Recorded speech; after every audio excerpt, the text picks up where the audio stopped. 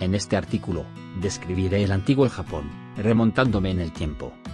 Se trata del período Jōmon. El período Jōmon es un período histórico muy largo. Se cree que duró desde hace aproximadamente 14.000 años hasta el siglo X a.C. En términos de historia mundial, corresponde a los periodos del Paleolítico tardío al Neolítico.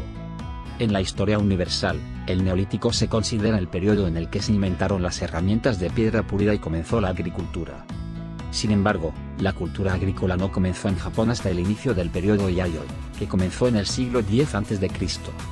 El periodo Jōmon fue una economía de cazadores-recolectores, y la razón por la que duró más que el resto del mundo fue su entorno natural extremadamente favorable.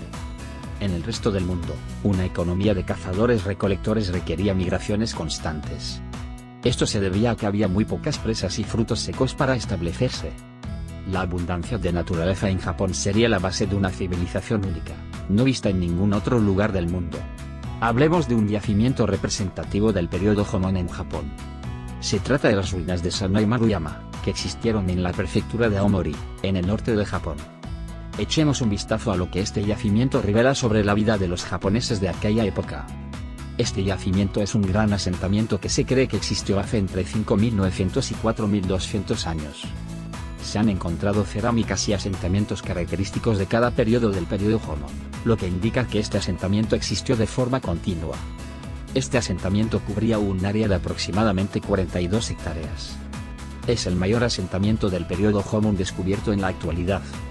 Hay 650 viviendas de foso, y se cree que hasta 500 personas vivieron aquí al mismo tiempo. También se encontró una gran estructura en el centro del poblado. Los restos de esta estructura son los de un gran pilar. Además, cabe destacar que el espaciado, la anchura y la profundidad de los agujeros de los pilares coinciden en 4,2, 2 y 2 metros, respectivamente. Esto indica que la tecnología topográfica ya existía en aquella época, y que la gente que vivía aquí era muy experta para su tiempo. En concreto, 4,2 metros es un múltiplo de 35 centímetros, y se han confirmado unidades de 35 centímetros en otros yacimientos.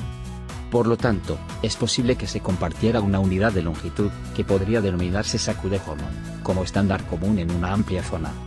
Los propios pilares también fueron sometidos a una técnica de chamuscado de la zona circundante para evitar la corrosión. Esta es una de las razones por las que los pilares han estado protegidos de la corrosión durante tanto tiempo. Los pilares son de madera de castaño. Los pilares se erigieron inclinados hacia adentro unos 2 grados. Un equipo japonés de arqueólogos e ingenieros ha reconstruido lo que se fabricaba entonces. Aunque hay muchas objeciones a esta reconstrucción, especulan con que probablemente se utilizaba para rituales. En el yacimiento de Sanai Maruyama se han excavado varios edificios de foso de gran tamaño, algunos de más de 10 metros de ancho. El mayor de ellos, de 32 metros de largo y 10 de ancho, también está siendo restaurado en la actualidad. Se cree que estas enormes estructuras se utilizaron de diversas formas, como lugares de trabajo comunales, lugares de reunión y viviendas a gran escala. La construcción de estructuras tan grandes habría requerido una gran mano de obra.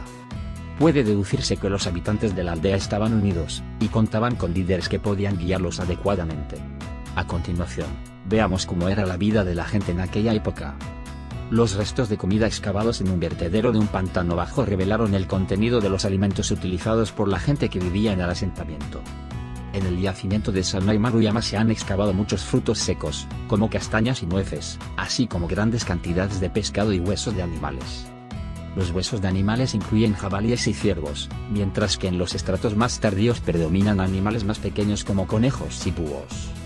Entre los peces, eran comunes el pargo, la seriola, la caballa, los peces planos, el arenque y los tiburones, y también se comía pez globo.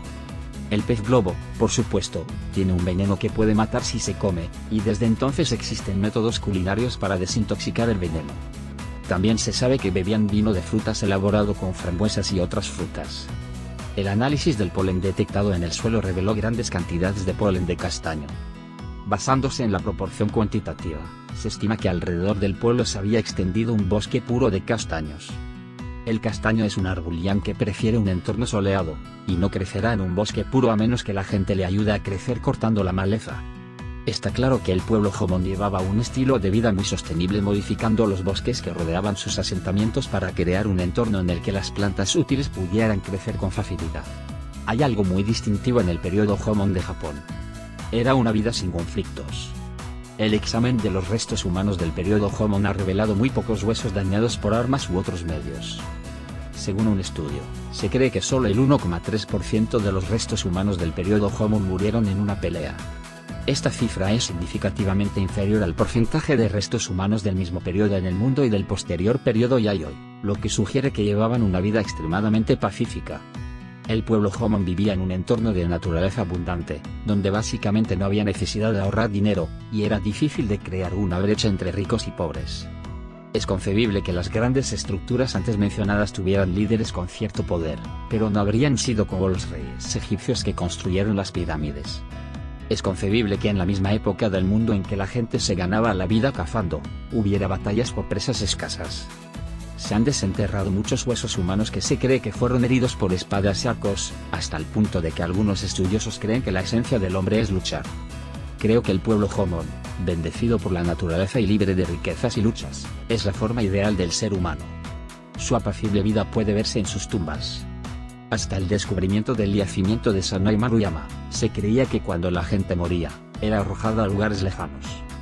Sin embargo, en este yacimiento existía una zona similar a un cementerio cerca de donde vivían. Era un lugar de enterramiento cuidadoso y contenía sus ornamentos.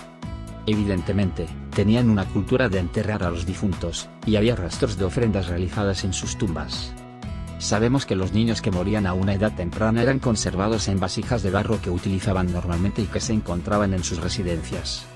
Esto demuestra el deseo de tener cerca a los niños fallecidos a una edad temprana. Aunque no en el yacimiento de Sanai Maruyama, también se han encontrado huesos humanos con extremidades demacradas, de unos 20 años.